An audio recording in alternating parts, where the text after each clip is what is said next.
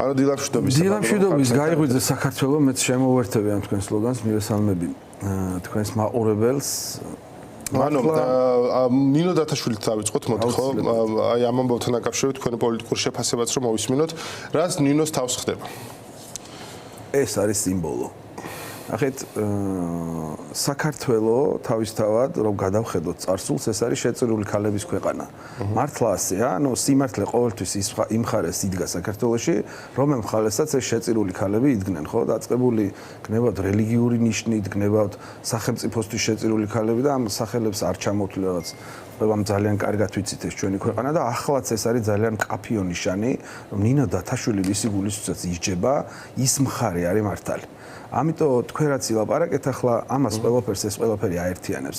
ნინო დათაშვილი იმის სიმბოლოც არის, რაც გუშინ აი მაჯამმა კაცმა გადაწყვეტილება გამოაცხადა. რატო? იმიტომ რომ ნინო დათაშვილი არ არის სამართლებრივად წაყვანილი საპატიმროში, ხო? ის არის დატუსაღებული მხოლოდ და მხოლოდ იმიტომ, რომ რეჟიმმა სამაგიერო გადაუხადოს მებრძოლ ადამიანებს. ამისთვის ისჯება ის ქალი, თორე სამართლებრივად თქვენ ძალიან კარგად ახსენით, როგორ შეიძლება რომ ის ქალი ახლა სანამ საბოლოო გადაწყვეტილება სასამართლო არ მიიღებს, იყოს სახლში. მით უმეტეს ამას აკეთებენ ისეთ შემთხვევაშიც კი, რომელ დროსაც შეიძლება რაღაც დონეზე დასაშვებიც კი იყოს, რომ ვიღაცამ რაღაცაზე ზემოქმედება იქონოს, მაგრამ ჯანმრთელობა არ აქვს, ესე იგი მტკიცებულებების განადგურების და მოწმეებზე ზემოქმედების ზალა. და ნინო დათაშვილს აქვს. ხო, რა ისი გულისთვისაც ნინო დათაშვილი დაპატიმრებულია თავისთავად ხო ის სისულელე, მაგრამ იქ არის ყველაფერი სახეზე, რა არ გაუფუჭებია ნინო დათაშვილს, მოდი ამაზე ვილაპარაკოთ, ისე როგორც სხვა პატიმარი ქალები საქართველოში, ხო, მზიან ამაღლობელს გულისხმობს და ამ შემდეგ. იქ არაფერი აღარ არის შესაძლებელი გამოსაკლები. ამიტომ ეს ადამიანი თავისუფლად შეიძლება იყოს ახლა გარეთ. მე ვამბობ ამ რეჟიმის პირობებშიც კი და იმ კანონმდებლობისა და სასამართლოს პირობებშიც კი, რომელსაც ბიძინა ივანიშვილი მართავს. მაგრამ კიდევ ერთხელ გავიმეორებ, ეს არის სამაგიეროს გადახდისა და დასჯის მექანიზმი. მეც არ მაქვს დიდი მოლოდინი 12 საათიანი სასამართლოსგან, იმიტომ რომ არაფერი შეიცვლება ხა რა აქ ჯერ ერთი დავალებას რასაც მიიღებენ იმას იტყვიან მოსამართლეები და მე კიდე იმ დავალებას მიიღებენ, რაც გააგრძელებს. ეს არის რისი მაჩვენებელი? ეს არის რომ მათ ეშინიათ. გადაწყვეტილება ნინო დათაშვილთან დაკავშირებით და ქცევა ნინო დათაშვილთან დაკავშირებით, ასევე გადაწყვეტილება და ქცევა იმ აჯამი კაცის, კარგი სიტყვა დაწი, სულ ასე მოვიხსენებ εμას, აჯამი კაცის ნამდვილად ერთდება ერთგან და ორივე მიმართულია იმისკენ, რომ აჩვენონ რომ თითქოს ძლიერები არიან და მეორე მხრივ ეს ასე არ ხდება. აი მარტივი ახსნა აქ რა, რას აკეთებენ პარტიების აკრძალვით. ხო, ნუ ჯერ ერთი მოდი ვთქვათ, რომ ერთ პარტიას აკრძალავთ თუ არა, რომლის აკრძალვის ლეგიტიმაციაც არ გაქვს, ნიშნავს, რომ ზოგადად პოლიტიკას და დემოკრატიას ანადგურებ, ხო ასეა.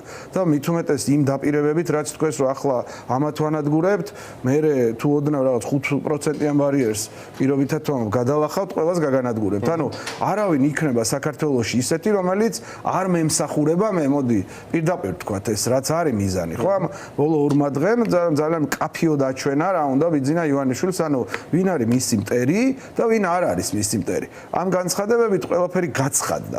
ამიტომ რასთან გვაქვს საქმე? ეს არის მცდელობა ავტოკრატიის უფრო მაღალ დონეზე აყვანის, რაც არის მიუღწეველი, რატო იცით, აი სპორტს რო შევადაროთ, ჩეხვას ვინ იწყებს და კანონების დარღვევას და თამაშის წესების დარღვევას, ის ვინც აგებს, ის ვინც სუსტია, ხო ასეა. აი მარტივი მაგალითებია ძალიან კარგი ამხსნელი ამის. ამიტომ დემოკრატიული თამაშის წესების დანგრევას იწყებს ის, ვინც დემოკრატიული თამაშის წესების პირობებში აგებს ან წაგებულია. ეს არის მკაფიო და ნათელი დადასტურება იმის, რომ შარშან 2024 წლის არჩევნებში ბიძინა ივანიშვილი დამარცხდა და სხვაგვარად უკვე შეუძლებელია, ასე რომ არ მოიქცეს, გაწელოს საკუთარი ყოფნა, ასე ვთქვათ, ხელისუფლებაში. ამიტომ ყველაფერს გააკეთებს, ნუ საპასუხოზე ალბათ ვილაპარაკებთ, რაც უნდა გავაკეთოთ ამ ახალ რეჟიმში. უბრალოდ ნინო დათაშვილზე და კიდე სხვებზეც ეს ყველაზე ერთ-ერთი ყველაზე მავნე პრაქტიკაა, რომელიც ჩვენ სისხლის სამართლებრივ პროცესში არის დამკვიდრებული, აქვთ ღონისძიებას პატიმრობების მოთხოვნა. როგორც წესი, რა ვიცი, ყველა მთავარი პროკურორები ადრე თავს ბევრი რამით იმართლებდნენ, რომ მე უკაშებრუნება ადამიანის რთულია ციხეში მთელი ამბავი. არც არაფერი არ არის. დღესთან თანამედროვე ტექნოლოგიების პირობებში არსებობს ეს ეგრეთ წოდებული ბრას სამაჯური, ხო? რომლითაც შეგიძლია ადამიანი გაუშვა და შენ იყავი სანამ ძიება მივიდეს, სანამ მე დავადგე შენ ბრალეულობას იყავი სახში, მაგრამ არსად ერთად ვერ გაიქცევი, ხო? ანუ ამოცანა ხო? კანონის ამოცანა ხო ამ შესრულებული იქნება, ხო? არა, მაინც ციხეში უნდა ჩასვას ეს ხალხი და ვითომ აი წინასწარი ძიების პროცესი მიდის ახლა ნინო დათაშვილის საქმეს. პარტიების აკრძალვაზეც რო გადავიდეთ, ახლა რთულ მდგომარეობაში აგდებს ახლა ყველას, არ არის ეს მარტივი სიტუაცია. ძიმე იყო გუშინ სხვა შორის მე რო უსმენ უკვე ხო შეჩვეულები ვართ, აი ყოველდღე ვისმენთ უბედურებას და უბედურებას, მაგრამ თვისობრივად სხვა ეტაპი არის ახლა პარტიების აკრძალვის ეტაპი და ეს არის ოფიციალურად ძალიან ხმამაღლა, უსირცხვილოდ გაფორმება დიქტატურად. ეს არ გაუკეთებია არც პუტინს, არც ლუკაშენკოს, არავის ჩვენს მეზობელ ავტორიტარებსაც კი. პარტიების აკრძალვის თემას ყველა უფრთხის, იმიტომ რომ ყველა მიცის რომ ეს ცუდია. როგორც სიმბოლოც კი ცუდი არის და ესენი ამასაც კი არ უფრთხილდებიან ხო ამ შემთხვევაში. რაღაც სხვა ტიპის სიშლეგესთან გვაქვს საქმე, მაგრამ იცით მე საპირისპირო აზრით შევხვდით მეც ამაზე ვარ. ცოტა ციური მანანასავითაც ხომ არ არის ეს პარტიების აკრძალვა იმ დროში, როდესაც თითქოს პარტიული ორგანიზების არსებულმა ფორმებმა თავი ამოწურეს. კი, აი როგორ უყურებთ თქვენ აი თქვენ კოალიციაში, როგორც გამოწვევას, როგორც შესაძლებლობას, როგორ ხედავთ საერთოდ პოლიტიკური საქმიანობის გაგრძელებას?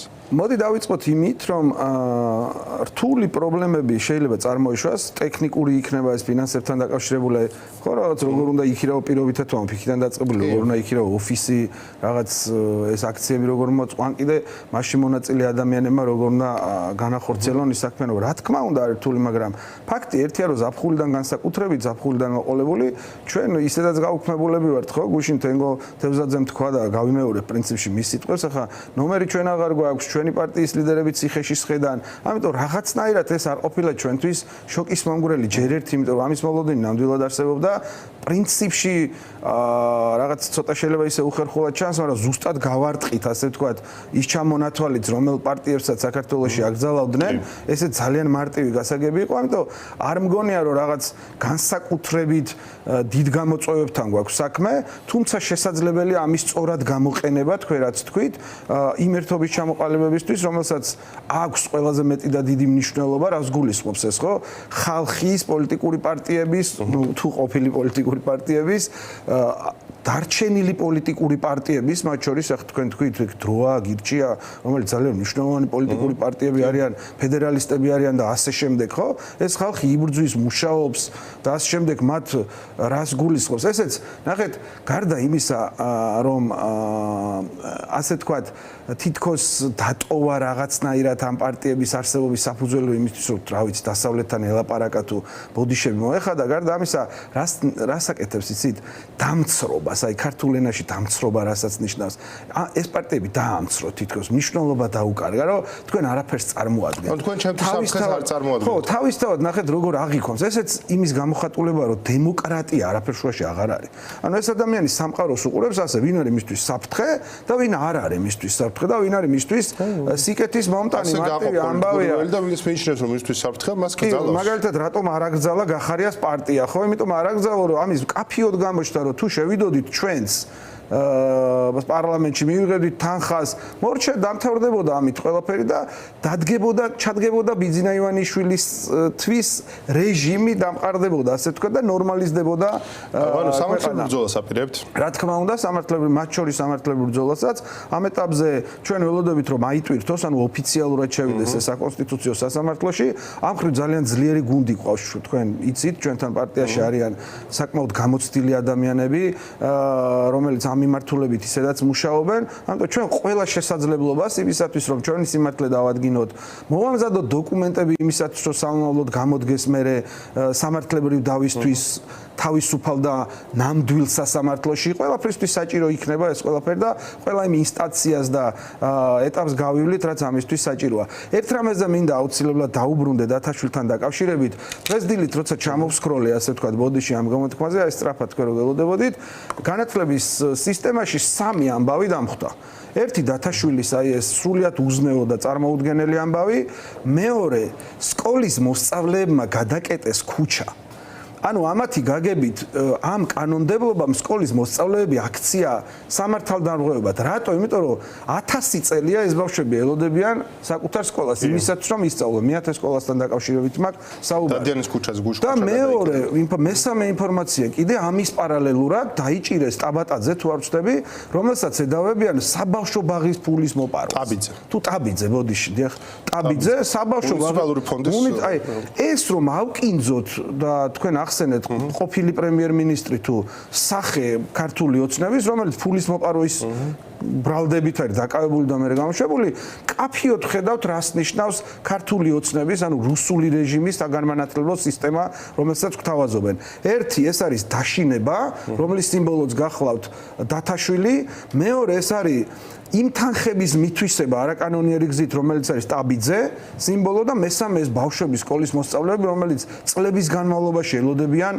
საკუთარ სკოლას და თუ არ ვცდები ამ სკოლის დირექტორის კომენტარი იყო აი ამ ინფორმაციაზე მიწერილი რომ რაც ფული მოიპარა და რაც გვაჩვენოსო პირდაპირ ეთერში ღარიბაშვილმა ისო სულ ყოფოდა სრულიად საოცარი შენობის აშენება საქართველოში. ახლა ყველაფერს ეცდებიან ქართული ოცნების რუსული რეჟიმი, ასე თქვა, ყველაფერს ეცდება რომ ეს ხალხი როგორღაც გააჩუმოს, ხო, სადღაც ალბათ მოუძებნიან ეცდებიან რომ მოუძებნონ სკოლის ნაცვლად რაღაც შენობა, რომელიც რის საფუძველზე მოხდება.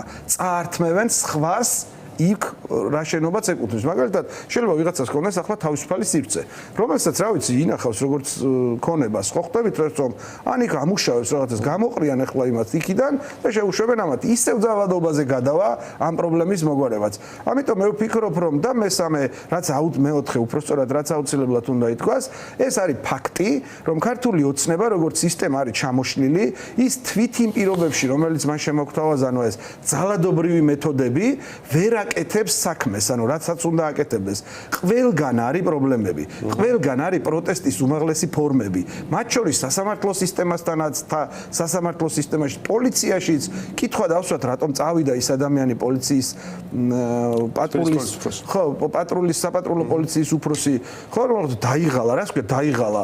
ასეთ პირობებში, როდესაც შენ ამბობ, რომ სიმართლეს და სისტემას ემსახურები, რომელიც სიმართლედ მიგაჩნია, როგორ შეიძლება ამ დროს სამსახურიდან ესე იგი რაღაცაშია საქმე რა. აი ჩემი დაკვირვებით რაღაცა კადრებთან დაკავშირებით ეს ცოტა გამოსასწრელი პერიოდივით უწევთ გავლა. აი რაც მოხდა სუსის უფროსის თანამდებობასთან დაკავშირებით, ხო?